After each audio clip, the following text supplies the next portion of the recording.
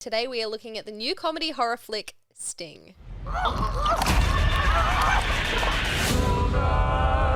The film centers around a giant alien spider who is set loose in an apartment building. And hilarity ensues. This is pretty fun. Going into the film, we thought more classic horror, but this film's actually got quite a lot of laughs. It's an interesting one because I would go as far to say that going into the film, I just didn't think we were in for anything very good. But we walked out fairly surprised by what Sting had to offer. The film has a phenomenal cast, but not only that, the story is heavily inspired by Alien.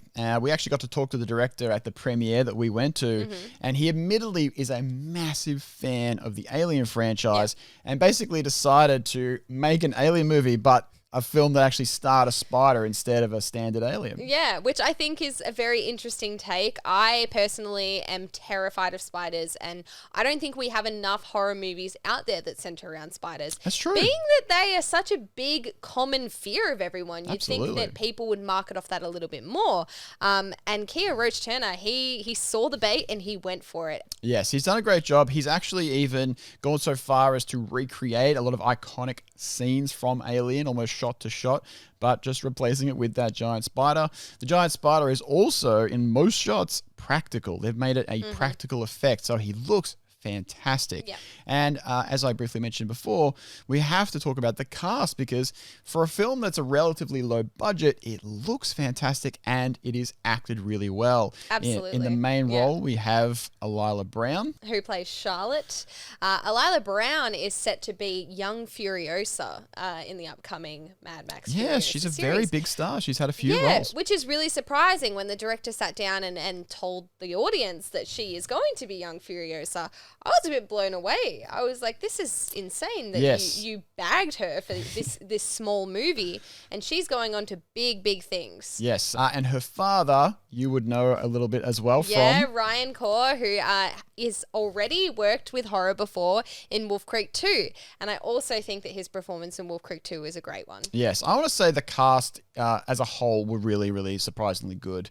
Because as I mentioned before, this is a relatively low budget movie, and we watch a lot of films, let's say maybe like Imaginary or a few other short, smaller budget horror films, and the cast is sometimes maybe a bit lackluster, a lot of no names.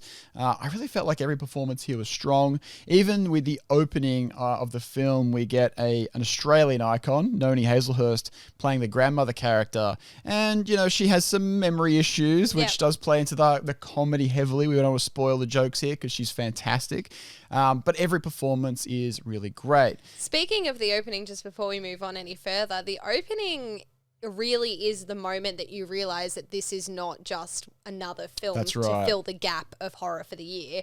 I think the opening sinks its teeth straight away into you, and you are there from the second it begins. Sets the tone really well with the humor. Yeah. And as I mentioned, Noni Hazelhurst being in this opener, she is just fantastic. Yeah, absolutely. You don't really see it coming, this opener. We don't want to spoil anything, but really sort of sets the tone early on, and it gives you a good idea of what you're in for in this film. The spider is an alien, but it starts off as a normal spider size. It's just over time it starts to sort of open up its alien powers, let's say. And quite fast as well. Cool. I wouldn't say that they push too heavily on the scary aspect of spiders. No. You're somebody who hates spiders. I hate spiders, and definitely hate spiders. There were scenes that did make me feel a little bit uncomfortable. Yep. But I personally think that a spider is at its scariest when it's most realistic. So when that spider was quite small, that was when I was probably most uncomfortable. As the spider does start to develop and grow into this giant alien spider that it becomes, that's when it starts being less scary. But still very, very effective. The practical effects are great. Of course, the spider looks awesome.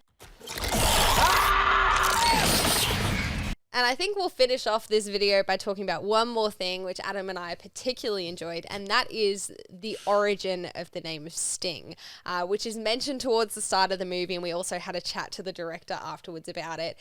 We don't want to give it away, per se, but keep an eye out for it, because it's a really interesting scene in the film that will make certain viewers happy. Yes, the director did mention, which I didn't really think about, to be honest, but he mentioned a good point, and that is the spiders don't actually sting. Yeah. They bite. And in the film, we actually learn why the spider is called called Sting. Sting. And it's not why you think. You No. could never guess. You would never be able to guess So it. that was a bit of fun as well. Otherwise, guys, we thought we'd have a quick chat about Sting, which, this is a current horror release, and we would advise it's actually worth going and seeing. Absolutely. Something to fill the gap while we wait a year and a half for the new Saw movie. Otherwise, guys, thanks for watching, and we'll see you in the next video. See you next time, guys. Game over.